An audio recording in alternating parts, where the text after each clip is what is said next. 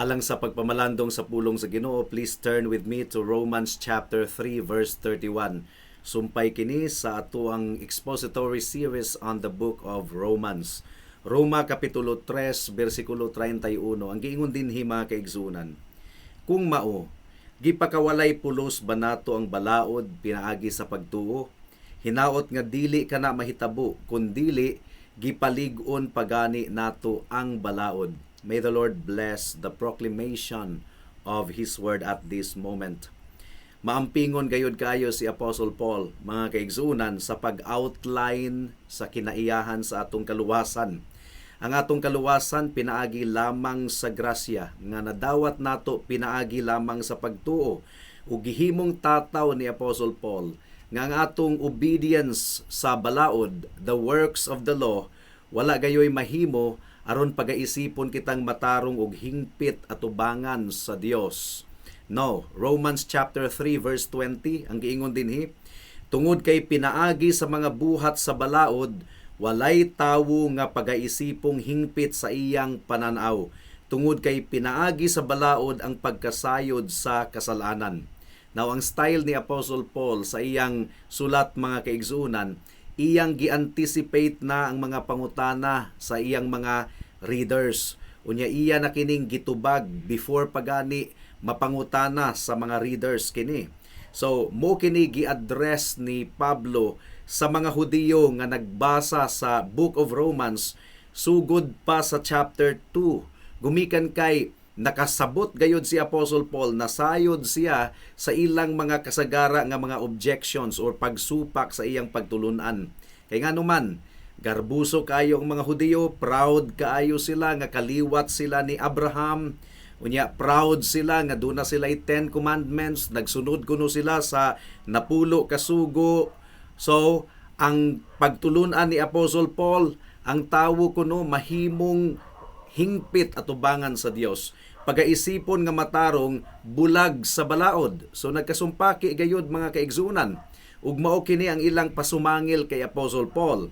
Nga murag miingon sila nga, Pablo, kung nagaingon ikaw nga kita pagaisipong hingpit at ubangan sa Dios, pagaisipong matarong at ubangan sa Dios, bulag sa balaod, then imo di ay nga ginalify ang balaod or ginalify di ay sa Ginoo ang balaod, giabrogate, gipapas.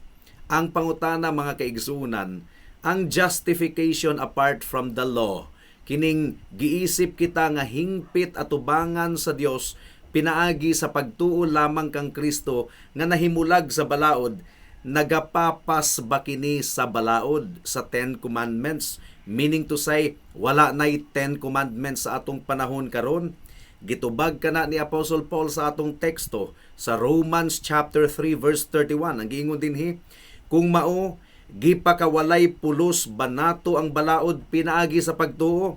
Hinaot nga dili kana mahitabo, kun dili gipalig-on pagani nato ang balaod. So ang tubag ni Apostle Paul, bugat kayo, God forbid. Ang translation sa New American Standard Bible, may it never be. Sa English Standard Version, by no means. Mao kini ang pagsupak sa mga Hudiyo. So kung ang balaod, Pablo, standard sa pagkamatarong sa Dios, then muraog ang Ginoo dili matarong. Kay iya mang gipakamatarong or giisip nga matarong ang mga makasasala na himulag sa balaod. Ug tungod kay nasayod kita nga dili gayud unjust ang atong Ginoo, it must be nga iyang gipapas ang balaod, iyang ginalify ang balaod, giabrogate. Ang tubag ni Apostle Paul, dili gayod, never. Ang balaod mga kaigsunan, ang 10 commandments, wala gayod kana mapapas, wala na nullify. Imbis nga atong papason ang balaod, ang justification by faith, kining doctrine of the justification by faith alone, in Christ alone, nagapalig-on gani hinuon kini sa balaod. Mao kini assertion ni Apostle Paul. Ug miuyon kini sa pagtulunan sa atong Ginoong Hesukristo sa Matthew chapter 5 verse 17. Ang giingon dinhi mga kaigsunan, ayaw ninyo hunahunaan nga mianhi ako aron gub-on ang balaod o ang mga propeta. Mianhi ako dili aron gubon kundili aron tumanon kining tanan. So diha sa atong Ginoong Hesukristo, ang Dios nagahingpit or nagaisip nga matarong sa mga makasasala, while at the same time ang balaod gi-uphold, gi-establish mga kaigsuonan, nagpabilin. And ang rason ini gumikan kay si Kristo mianhi, iyang gituman ang tibuok balaod, gituman ni Kristo ang standard sa balaod, ug mo kini hinungdan ngang magtutuo kang Kristo pagaisipon nga matarong dili gumikan kay matarong siya kundili ang pagkamatarong ni Kristo gisulob ngadto kaniya. So, pero ang buti pasabot ni ini mga kaigsunan dili ingon og napapas na ang balaod, na-abrogate na, gumikan kay ang moral standard sa atong Dios nagpabilin hangtod sa kahangturan. Ang balaod mga kaigsuunan binding gihapon sa tanang mga katawhan sa atong panahon karon. Mao nga ning takna sa niining taknaa mga kaigsuunan, akong ihatag kaninyo ang upat ka rason nganong ang balaod nagpabilin nga binding sa atong kapanahunan karon ug hangtod sa kahangturan. Apan sa dili pa kita mo padayon, atong itugyan kini nga mensahe sa Ginoo diha sa mga pagampo. Magampo kita. Salamat o Dios sa kahigayunan nga imo na usab nga gihatag kanamo nga ipadayon ang expository series on the book of Romans. Ug hinaot nga makig-istorya ikaw kanamo, ablihan nimo ang among mga mata, dili balibaran ni bisan kinsa ang imong pulong. Hinunua, pagagakson kini, itamod kini sa among kasing-kasing ug hunahuna, ug kami magatuo sa pinadayag sa imong pulong. Tabangi ang imong sulugoon o Dios sa pagpasabot sa imong pulong niining taknaa. In Jesus' name we pray. Amen and amen. Mudangat na kita sa unang punto. Nganong ang balaod, ang Ten Commandments, binding gihapon sa atong panahon karon ug hangtod sa kahangturan. Ang unang tubag mga kaigsunan, it is because the Bible clearly teaches the permanence of the law. Tataw kayong gitudlo sa Biblia nga ang balaod permanente. Ang standard sa Ginoo dili gayud mausab. Ang standard of holiness sa Ginoo dili gayud mausab because He is an unchanging God, immutable God. Kining mga antinomians nga grupo, ang pasabot ni ining antinomian, anti-law, because law comes from the Greek word nomos. So, antinomian meaning to say anti-law. Ug daghang mga grupo sa atong panahon karon nga antinomian, nga ang ilang giklaim, ang Ten Commandments kuno temporary. Ga-exist lamang kuno ang Ten Commandments gikan sa Mount Sinai when Israel was constituted as a nation ug hangtod sa cross sa Kalbaryo. Human kuno sa pagkabanhaw ni Kristo, napapas na ang Ten Commandments. So mo kini ilang gitudlo from Mount Sinai to the cross. Pero mga kaigsuunan, tataw kayo nga giingon sa Bible nga ang balaod sa Dios ga-exist gikan pa sa eternidad. Wala pa gani ang Mount Sinai, wala pa natukod ang Israel ingon nga usa ka nasod aduna nay 10 commandments. Kung walay balaod mga kaigsuunan before Mount Sinai, wala untay sala. Pero klaro kaayo nga ang sala misulod na sa kalibutan, wala pa gani matukod ang Israel isip usa ka nasod. Mo kini gipasabot ni Apostle Paul sa Romans chapter 5 verse 12 to 14. Even before Mount Sinai, even before the giving of the Ten Commandments, aduna na isala og ang pagpamatuod niini nangamatay ang tanang mga katawhan. Ang bayad sa sala mao ang kamatayon, bisan pa man gani ang mga puya nga bata nangamatay, but pasabot dunay sala.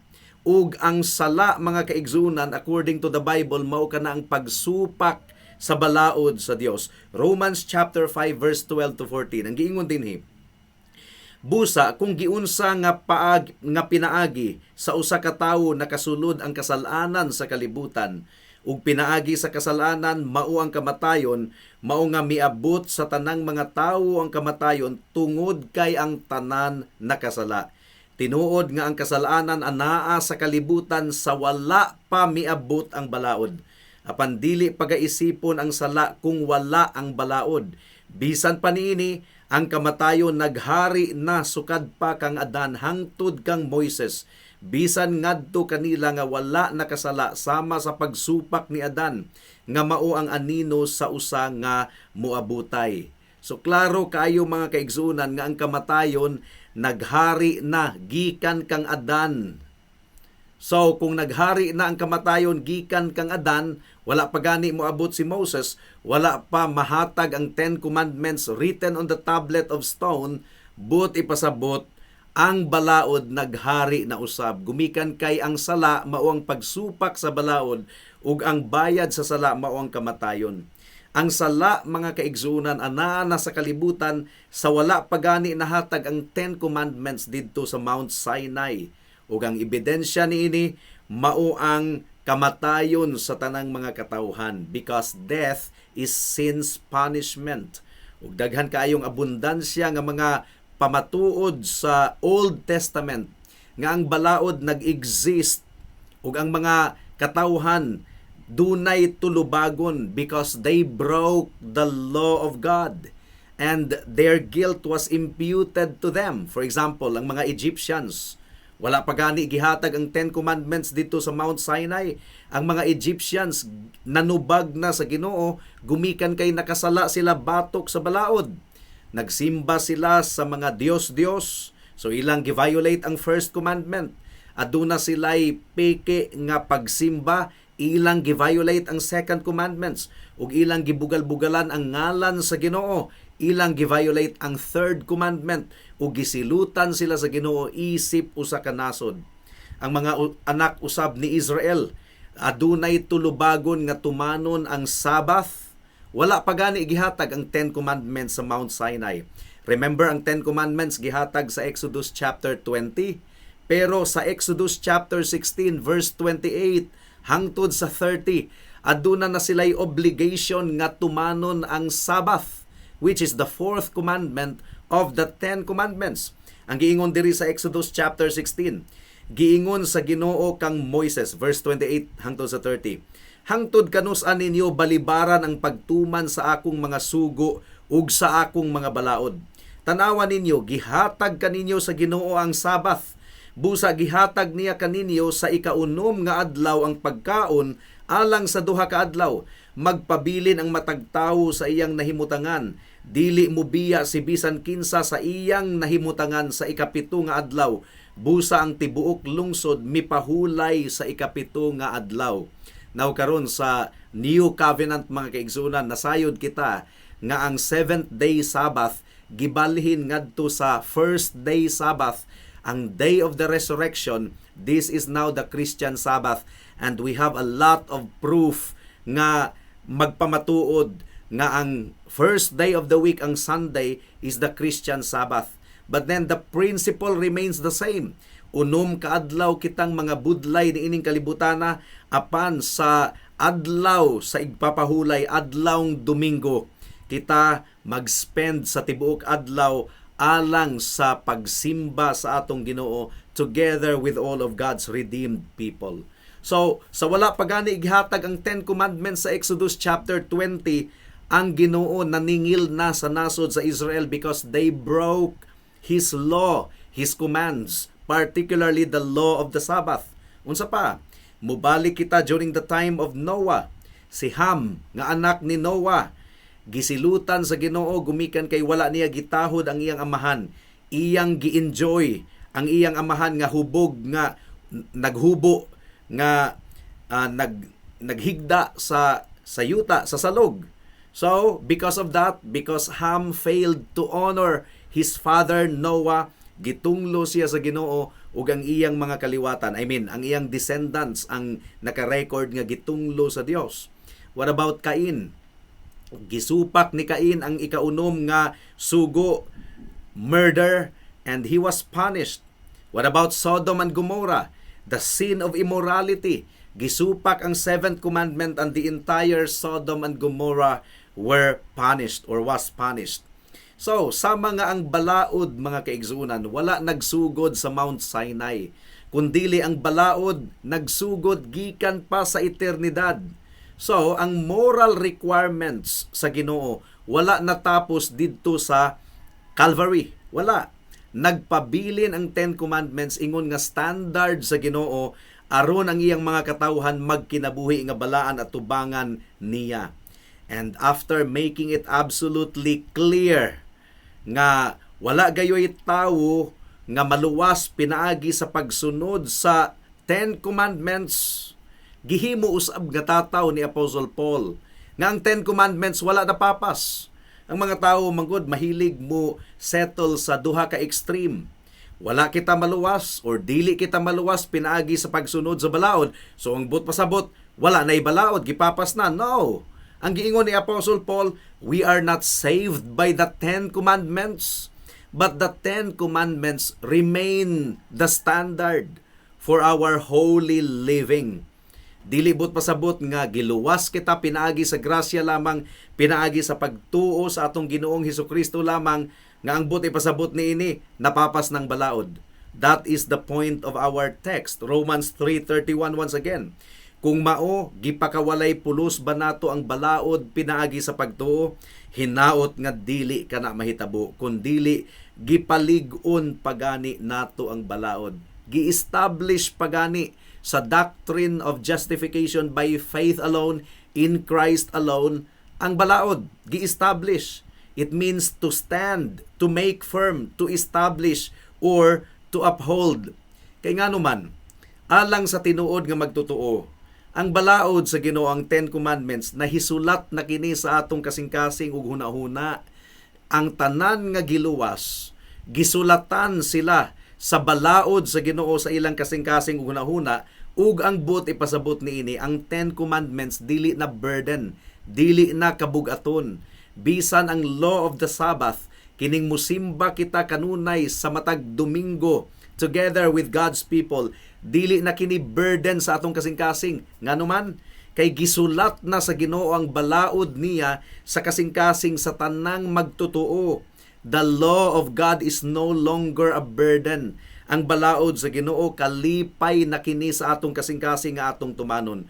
Hebrews chapter 8 verse 10. Ang giingon dinhi, kini ang kasabutan nga akong buhaton sa panimalay ni Israel pagkahuman ni adtong mga adlaw, nag-ingon ang Ginoo.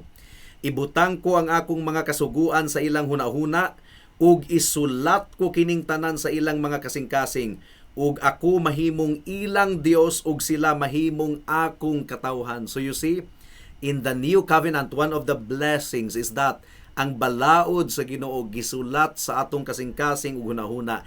And that is the reason nganong ang tanang mga niluwas sa Ginoo, nganong ang tanang mga katawhan sa Ginoo aduna gayoy kasing-kasing nga musunod sa balaod sa Dios.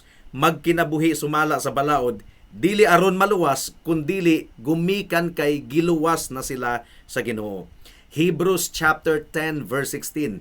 Giusab pagsulti niining chapter 10 verse 16 sa book of Hebrews. Ganina chapter 8. Ang giingon dinhi, kini ang kasabutan nga akong buhaton ngadto kanila. Pagkahuman ni adtong mga adlaw, nag-ingon ang Ginoo, ibutang ko ang akong mga balaod sa ilang mga kasing-kasing ug isulat ko kining tanan sa ilang mga hunahuna. It is no wonder nganong ang tinuod nga born again Christians dili gayud mahiluna kung mapalayo siya sa panagtigom sa tanang mga katawhan sa Dios sa adlawng Domingo. Something must be wrong. Gumikan kay ang balaod sa Ginoo nahasulat na sa atong kasing-kasing. Ug gihimong tataw kini ni Apostle Paul nga nagmaya siya, nalipay siya sa balaod sa Ginoo sa kinahiladmang dapit sa iyang kasing-kasing. Romans chapter 7 verse 22. Ang giingon dinhi mga kaigsunan, tungod kay nalipay ako sa kasuguan sa Dios sa kinauyukan sa akong pagkatawo. Grabe, kinahiladman nga bahin sa iyang pagkatawo. Psalm chapter 119 verse 97. Ang giingon sa salmista, o gihigugma ko kaayo ang imong balaod, kini ang gipamalandungan ko sa tibuok adlaw. Sumpay pa, verse 127, ang giingon dinhi, busa gihigugma ko ang imong mga sugo, labaw pa kaysa bulawan, labaw pa kaysa putli nga bulawan. Ug si Apostle John, gihimo gayong klaro ni Apostle John nga ang balaod dili na kabug-aton alang sa tinuod nga Kristohanon. Dili na siya angayan pangpugson nga iyang tahuron ang iyang mga ginikanan. Dili na siya angayan pangpugson nga dili mamakak. Dili na siya angayan pangpugson nga musimba adlawng Domingo adlawng igpapahulay. Kinabubuton na niya kining buhaton gumikan kay ang balaod sa Ginoo nahasulat na sa iyang kasing-kasing. 1 John chapter 5 verse 3 ang giingon dinhi, tungod kay kini ang gugma sa Dios nga atong tumanon ang iyang mga sugo ug ang iyang mga sugo dili kabug-aton. Ug gihimo gayud nga tataw ni Apostle John nga ang tinuod nga Kristohanon musunod gayud sa balaod sa Dios. 1 John chapter 2 verse 3 hangtod sa verse 5 ang giingon dinhi, ug pinaagi niini masayran nato nga nailhan nato siya kung gituman nato ang iyang mga sugo. Ang muingon nga nakaila ako kaniya apan wala nagatuman sa iyang mga sugo bakakon ug ang kamatuoran wala diha kaniya. Apan si bisan kinsa ang nagatuman sa iyang pulong tinuod nga nahimong hingpit niining tawhana ang gugma sa Dios. Pinaagi niinin masayran nato nga kita anaa kaniya. So nganong ang 10 commandments nagpabilin gihapon hangtod karon? Wala kini napapas bisan pa og klaro kaayo sa Biblia nga wala kita naluwas pinaagi sa 10 commandments. Ang unang tubag, it is because the Bible clearly teaches the permanence of the law. Ikaduhang tubag, nganong ang 10 commandments legal and binding gihapon sa tanang mga Christians in our generation ug hangtod sa kahangturan, it is because the law reflects the holy nature of God. Ang balaod nagsalamin sa balaang kinaiyahan sa Dios. Well, adunay mga aspeto sa ceremonial law. Ceremonial law. Ang tawag nato ni ana positive law. Ang ceremonial law sa daang tugon, katong mga dayat-dayat ug mga civil law, temporary kadto, changeable, napapas na gumikan kay natuma na ang tanan kang Kristo. Gihatag kadtong mga ceremonial law by the sovereign prerogative of God. Ug gidisenyo kadto sa Ginoo aron ang nasod sa Israel mahimong pinasahi gikan sa mga nasod nga nagpalibot kanila. So katong mga law of the circumcision, mga ceremonial law, they were intended to make them distinct and separate nation sa gikan sa mga nasod nga nagpalibot kanila. Ug ang positive law, mga kaigsuunan, katong mga ceremonial law and civil law, gidisenyo usab kadto sa Dios aron i-establish or ideklarar ang autoridad sa Dios. Gumikan kay ang Dios aduna gayoy dili malalis nga autoridad nga muhatag og balaod ug mu bind sa matag tawo aron mosunod sa balaod sa Dios. Ug kadtong mga ceremonial law, mga civil law, dili man kadto necessarily moral by nature, pero kinahanglan kadtong tumanon gumikan kay gisugo man sa Ginoo. And most of the judicial and ceremonial laws sa daang tugon, katong mga dietary laws na sakop kadto sa positive law sa Ginoo. Pero napapas na kadto gihimo katong tataw sa Book of Colossians chapter 2, napapas na ang mga ceremonial law, mga judiciary law, unsa may nagpabilin ang moral law, ang 10 commandments. Gumikan kay nagsalamin ang 10 commandments sa balaan nga kinaiyahan sa Dios. God's nature determines the moral law. Ug ang Ginoo nagpanglihok consistently with His nature. Ug gumikan kay ang kinaiyahan sa Dios dili gayud mausab, then His moral law dili usab mausab. Ang 10 commandments, gibuhat kita sa Dios aron mahimo kitang balaan. Giluwas kita sa Ginoo aron mag-reflect sa pagkabalaan sa Dios. And God's people were and are commanded to obey His rule of righteousness. For example, Leviticus chapter 11 verse 44. Ang giingon dinhi, Tungod kay ako ang Ginoo ninyong Dios, busa balaanan ninyo ang inyong mga kaugalingon ug kamo mahimong balaan. Tungod kay ako balaan, ayaw ninyog dungisi ang inyong mga kaugalingon pinaagi sa bisag unsang mukayab ibabaw sa yuta. So meaning to say, mukayab ibabaw sa yuta, mga incense, dili lagi kuno musimba og laing mga Dios-Dios. Leviticus chapter 20 verse 7 ang giingon dinhi, igahin ninyo ang inyong mga kaugalingon ug kamo mahimong balaan, tungod kay ako ang Ginoo ninyong Dios. Sa tinuod lang mga kaigsuonan, ang mga Kristohano nahimong gawas nun na gikan sa silot ug paghukom sa balaod, because Christ received the penalty of our guilt against the law didto sa cross sa Kalbaryo. Ug ang pagkamatarong ni Kristo gisulob na nga rika nato, pero bisag luwas na kita, justified by the blood and righteousness of Christ. Aduna gihapon kitay katungdanan nga sundon ang balaod ug pasidunggan ang Ginoo, simbahon ang Ginoo pinaagi sa atong pagkinabuhi nga balaan. And to live in holiness is to live in accordance to the law of God. So kinahanglan nga ang atong tibuok kinabuhi, ang atong hunahuna, ang atong pagbati, ang atong konsensya, kinahanglan nga magpasakop sa balaod sa Dios, and it is our duty before God and before man. Wala nato kinibuhata aron kita maluwas, gumikan kay ang kaluwasan dili pinaagi sa balaod, kundili pagabuhaton nato kini isip pagpasidungog ug pag-honor sa awtoridad sa Dios nga nagluwas kanato. Because we were saved unto holiness, and the law is the standard of God for holiness. The law is God's standard of holiness rather. Ikatulo nga rason nganong ang balaod legal and binding gihapon sa tanang kapanahunan. It is because the law is God's means of making us holy and happy. Ang balaod mao ang instrumento sa Dios aron kita mahimong balaan ug aron kita mahimong magmalipayon. Question number 21 sa atong catechism. Ang pangutana, in what condition did God make Adam and Eve? Unsa nga kondisyon gihimo sa Ginoo si Adan ug si Eve? Ang sagot, He made them holy and happy. So ang atong happiness nakahukot di ay sa atong holiness. If we are not living in holiness, diha na musulod ang tanang problema ug miserable sa atong kinabuhi. He made them holy and happy.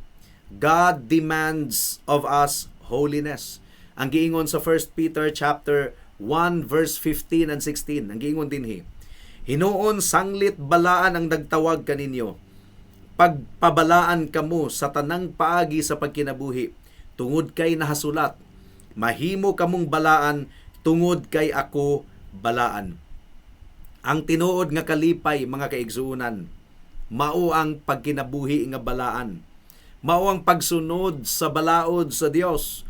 Kung musupak kita sa balaod sa Dios, diha na gyud musulod ang tanang pagkamiserable ug pagkaalaot sa kinabuhi. Baliktad ka na.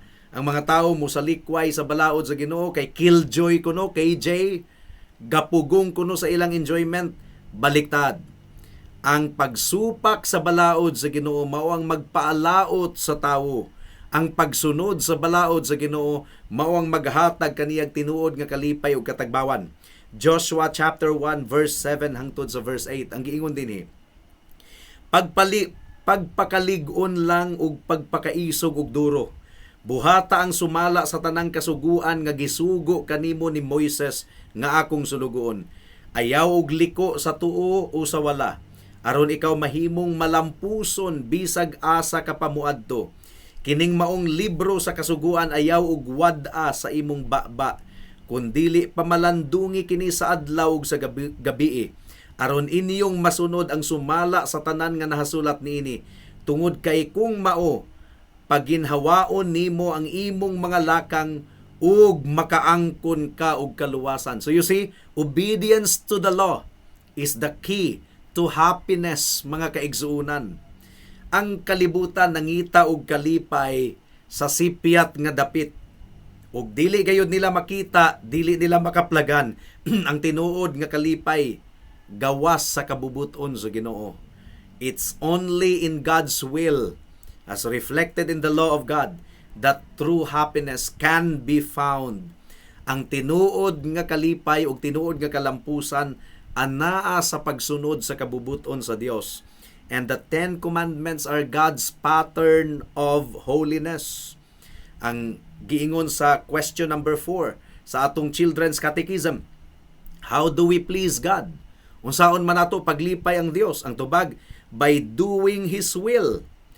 Ang pangutana, how can you glorify God? Ang tubag, by loving Him and doing what He commands.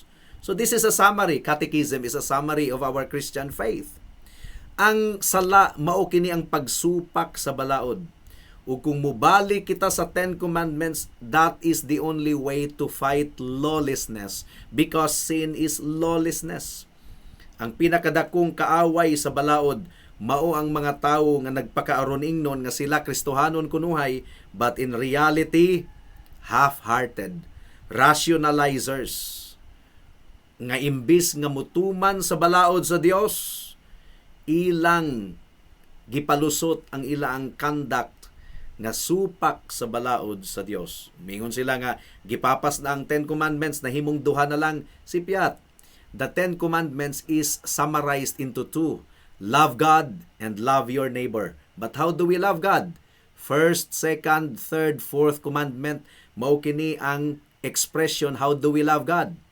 By not worshiping any other gods, by worshiping Him properly without any image, by honoring His name, and by honoring the Lord's Day. That is how we love God. Love your neighbor as yourself. How do we love your neighbor? Fifth commandment, by honoring the father and mother. Sixth commandment, by not killing. Seventh commandment, by not committing adultery. Eighth commandment, by not stealing the property of others. Ninth commandment, by not lying to others. And 10 commandments, by not coveting what belongs to others. So, sipyat nga pagtulunan nga ang 10 commandments gipapas na gipulihan na lang og duha. No. The 10 commandments is just summarized into 2. That is the problem of not systematically studying the Word of God. Ang tinuod nga magtotoo nagmaya sa balaod sa Dios.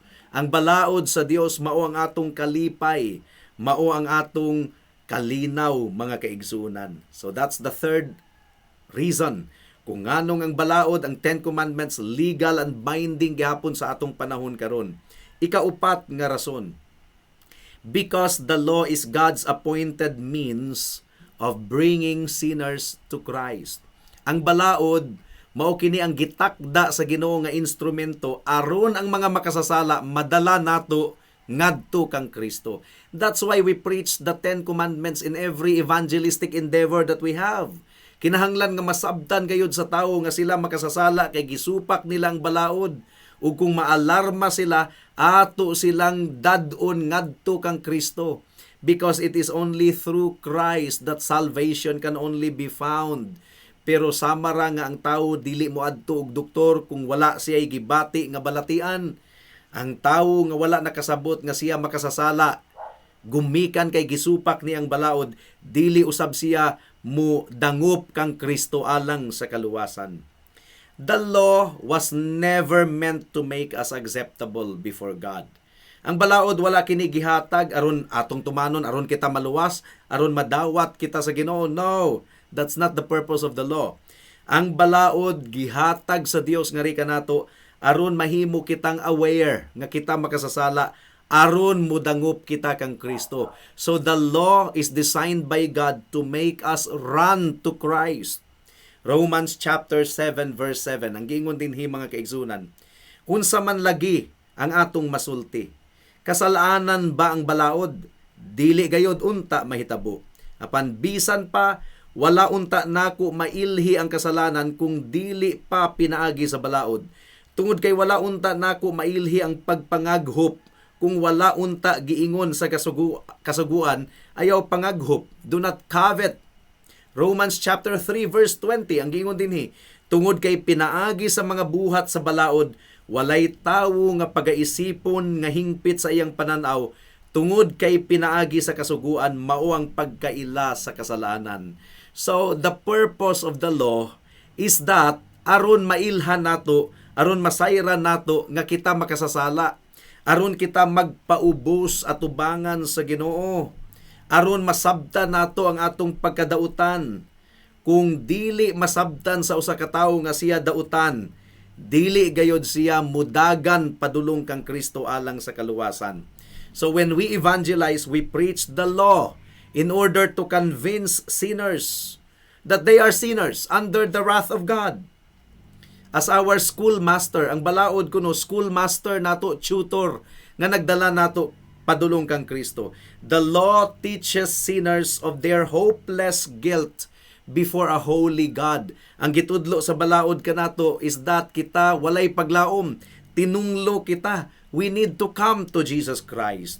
Galatians 3:24, ang giingon dinhi, busa ang balaod na himong atong tigbantay hangtod nga miabot si Kristo aron kita pagaisipon nga hingpit pinaagi sa pagtuo. Ang mga kabataan nga magtubag-tubag sa ilang mga ginikanan, they need to be confronted by the law so that they will repent, so that they will be alarmed. Kinahanglang mahampakan sila, mabunalan sila pinaagi sa balaod so that they will come to Jesus Christ and plead for His saving grace. Matud pa ni Martin Luther, with its whippings, the law draws us to Christ. The law condemns us in Galatians chapter 3 verse 10. Ang giingon sa Galatians 3 verse 10, for as many as are of the works of the law are under the curse. For it is written, cursed is everyone that continueth not in all things which are written in the book of the law to do them. Tungod kay si bisan kinsa nga nagatuman sa tibuok balaod, apan nakasupak sa usa, nakasala batok sa tanan. Mo kanay giingon sa James chapter 2 verse 10. The law requires 100% obedience, and because we cannot obey the law 100%, we will really run to Christ and trust in His 100% obedience, trust in His 100% righteousness, aron kita pagaisipong matarong atubangan sa Dios. So the law leads sinners, and the only remedy for sin is not the law, but Christ. But it is the work of the law nga iduso kita padulong kang Kristo. The perfect person and the perfect work of Christ, mao kini ang basihan sa atong kaluwasan.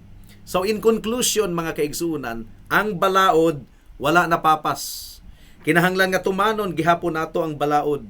Dili aron maluwas, kundili gumikan kay luwas na kita. Ang balaod gitukod kini sa Ginoo, balaan nga Dios, makatarunganon nga Dios, and God demands perfect obedience. Sa atong kaluwasan, ang perfect obedience natuman na diha kang Kristo. Dili unta kita maluwas kung wala pa si Kristo mianhi, kay dili kita makatuman sa balaod sa Dios. But Jesus Christ obeyed the law perfectly for us. Ang tanan nga gidikta sa balaod, wala nato natuman kundili natuman sa atong manluluwas nga si Ginoong Hesukristo. Mao nga sa tanang mga Kristohanon, naluwas na ikaw gikan sa kabug-aton sa balaod ug sa kondemnasyon ug paghukom sa balaod. Naluwas na ikaw gikan sa impossible nga demand sa balaod aron ka madawat at tubangan sa Dios. Naluwas na ikaw pinaagi sa pagkamatarong ug dugo ni Kristo, pero dili nagpasabot or wala nagpasabot nga wala na ikay tulumanon nga sundon ang 10 Commandments. Matod pa ni Samuel Bolton, you are saved from the rigor of the law. Wala gihatag ang balaod sa Dios aron instrumento nga ikaw maluwas ug madawat atubangan sa Dios. That's not the purpose of the law. Naluwas na kita gikan sa demand for perfect obedience as a basis of our salvation. Mao'y hinungdan nga wala kita nagatuman sa balaod aron kita madawat sa Ginoo.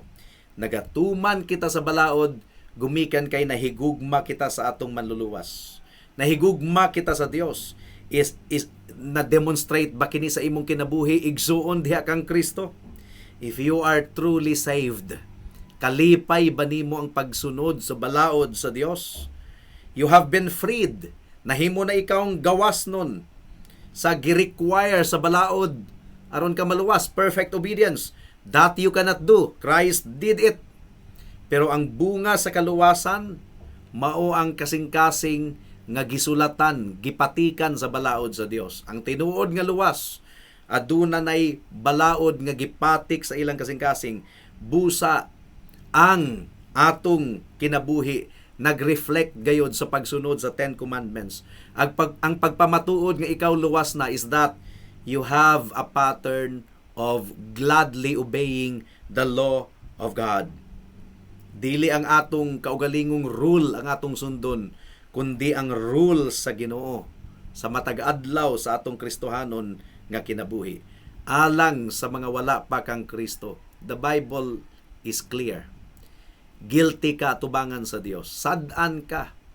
Tinunglo ka tubangan sa Ginoo. Kay nga naman, gisupak nimo ang balaod sa Dios. Nagsimba ka sa ribulto sa Dios, at nagtawag ka sa laing ngalan, nagtuo ka sa mga swerte-swerte, malas-malas sa imong kinabuhi. Ang adlawng Domingo kanunay nimong giligsan. Imbis nga musimba, nagbuhat ikaw sa mga regular nga buluhaton ni ining kalibutana. When the command is clear, gatubag-tubag ka sa imong ginikanan, na makak ikaw, mahilig ikaw, mutanaw og mga laway nga pananawon. You are guilty in the sight of God. Dili nimo mapapas ang imong salaod by your own good works. There is no one righteous, no, not even one. Ang imong paglaom higala, ana lamang kang Kristo.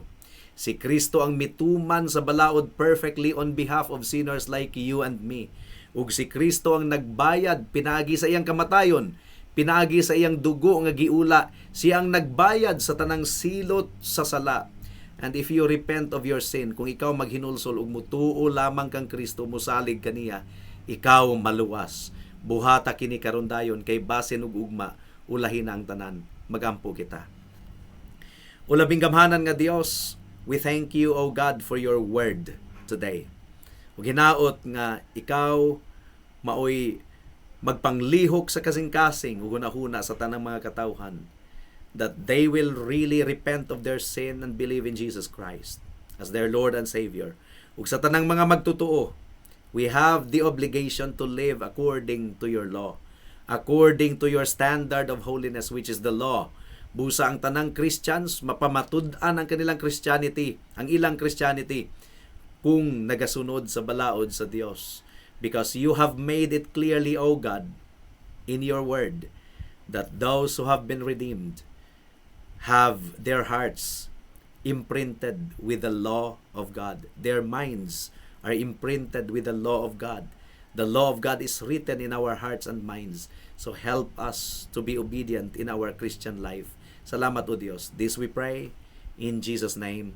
Amen and amen. Daghang salamat sa pagpamati sa pulong sa Ginoo. God bless us all.